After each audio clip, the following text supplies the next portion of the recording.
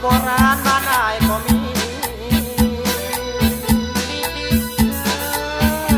ไปบ่ผู้ใดสิไปมาเด้อมาเด้อมาอย่ารอหนุ่มทอพอละสิพาไปเที่ยวมาอย่ารอหนุ่มทอพอละสิพาไปเที่ยวไปเบิ่งน้ำมูลน้ำเที่ยวมันไหลคดเที่ยวเลี้ยวลงน้ำ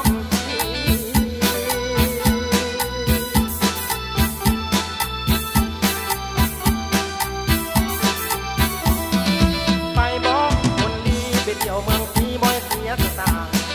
ไปบอกคนดีไปเที่ยวเมืองสีบ่อยเสียสตางค์ที่พาย่างเที่ยวรอทางเอาไปนอนค้างกระบุรี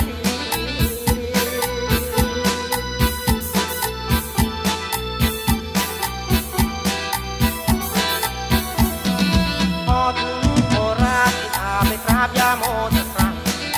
พอถึงโคราชที่พาไปกราบยาโมสักครั้ง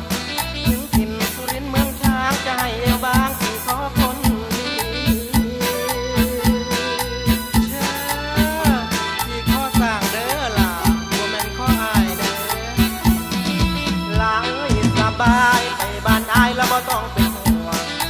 ลาเอ้ยสบายไปบ้านอายแล้วบ่ต้องเป็นห่วงรับรองบ่คือเมืองหลวงไปไหนอย่าห่วงรถติดไม่มี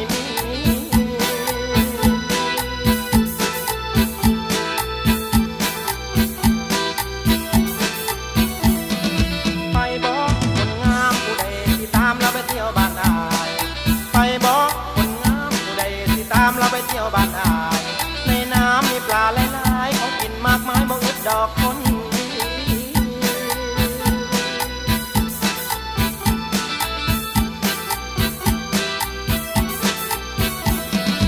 มาคนดีหนุ่มเมืองสีแล้วบ่เคยปิดปล้อนมาคนดีหนุ่มเมืองสีแล้วบ่เคยปิดปล้อน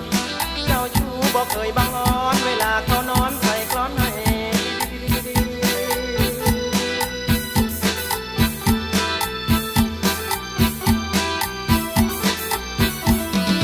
ไปบอกคนงามผู้ใดที่ตามเราไปเที่ยวบ้านอาย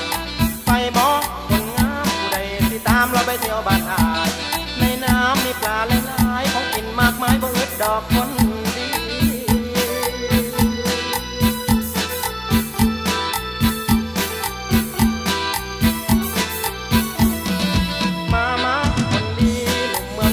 บ่เคยปิดปล้อนมาคนดีหนุ่มเมืองสีแล้วบ่เคยปิดปล้อนเจ้าชู้บ่เคยบังอ้อ